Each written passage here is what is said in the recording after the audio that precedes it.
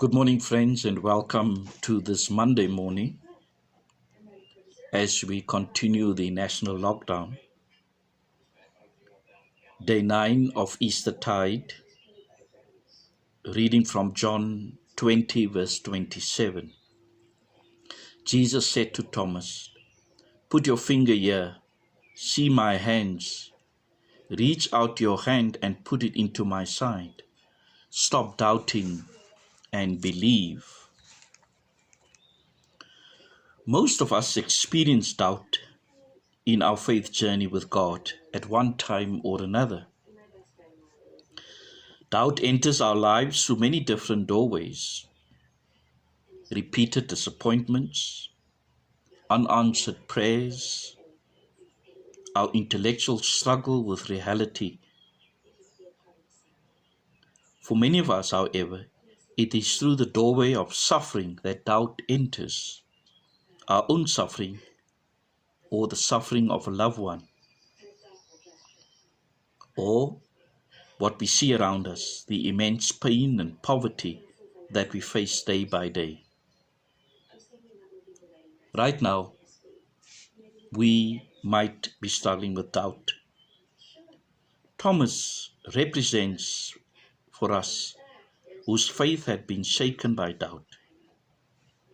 His story shows us that as we acknowledge our doubt honestly, it leads us into a deeper faith experience.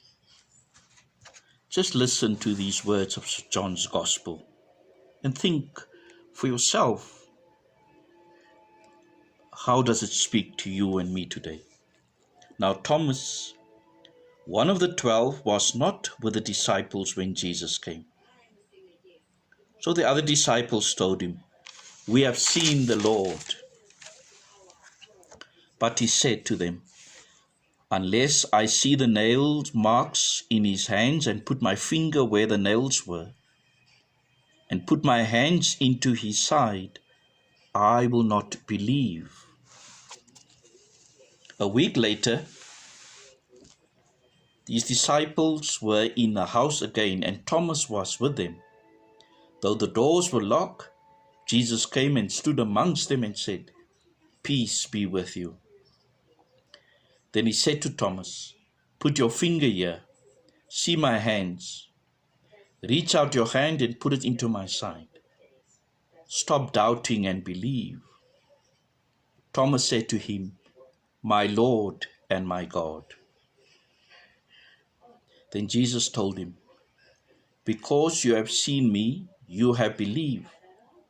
Blessed are those who have not seen and believe." Notice Jesus' reaction to Thomas.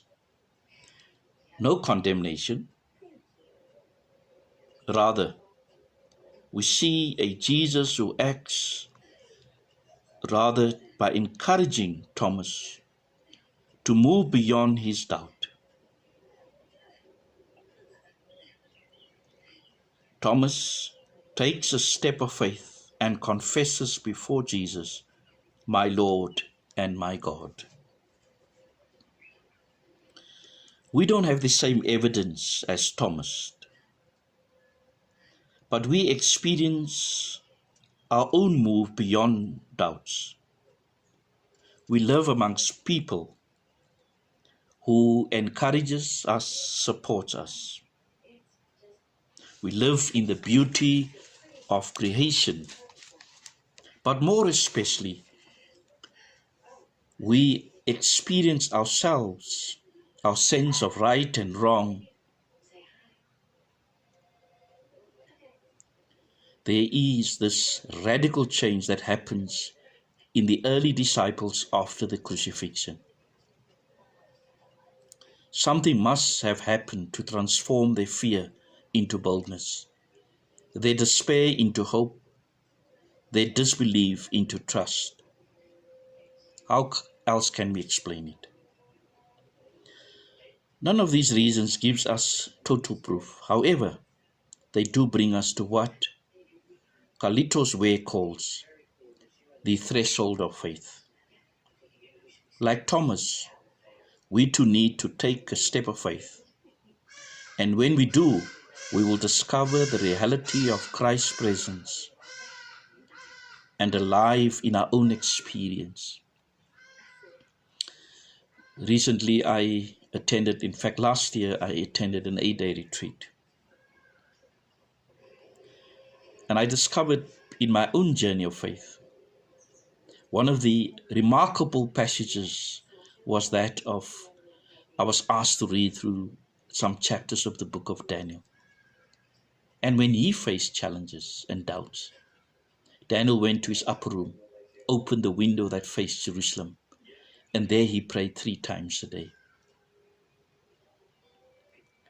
Daniel went to the God who guided him through his challenging times.